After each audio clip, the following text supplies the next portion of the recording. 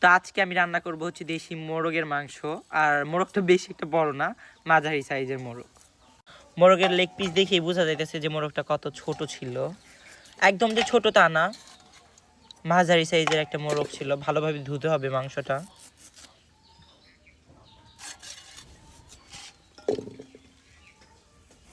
এখানে কিন্তু অনেক ময়লা আছে, ময়লা পরিষ্কার করতে হবে, কারণ কাটার সময়ই কয়েকটা থাকে, এগুলো তার পরিষ্কার করা যায় না, এখন পরিষ্কার করতে হবে।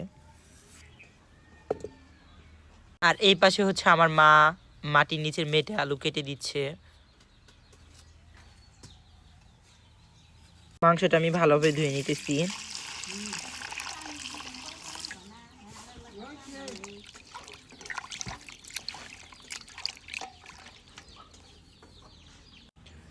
কড়াইটা আমার তাওয়ায় গেছে, এখন হচ্ছে কড়াইয়ে পরিমাণ মতো তেল দিয়ে দিব।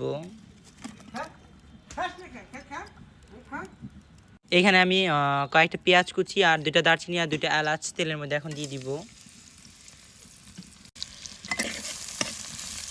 পেঁয়াজটা আমি লাল লাল করে ভেজে নেব।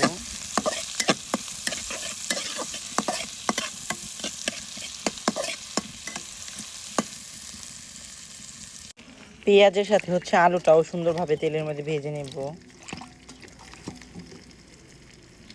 আলুটাও তেলের মধ্যে দিয়ে দিলাম।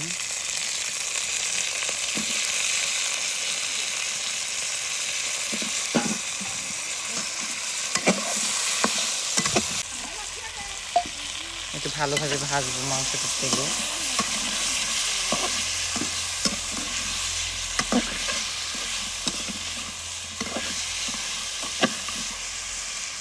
মাংসটা আমার খুব ভালোভাবে ভাজা হয়ে গেছে।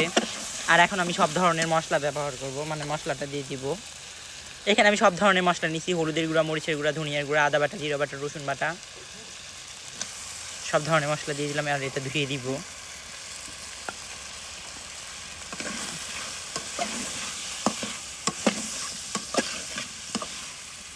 অল্প পরিমাণে হচ্ছে ঝোল দিয়ে দিচ্ছি, আর এই যে এরকম কালার হয়েছে।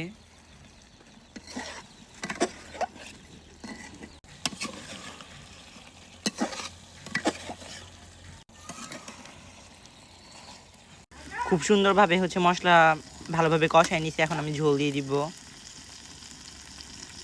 মাংসের মধ্যে হচ্ছে ঝোল দিয়ে দিছি, এখন হচ্ছে ঢাকনা দিয়ে ঢেকে দেব।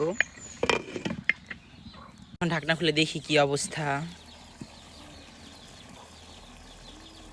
রান্নাটা আমার হয়ে গেছে, আমি এখন হচ্ছে নামিয়ে নিব। এখানে অল্প পরিমাণে হচ্ছে গরম মশলা অ্যাড করব। আর এই হচ্ছে আমার দেশি মোরগের ঝোল। ঝোল না, একদম কষা হয়ে গেছে।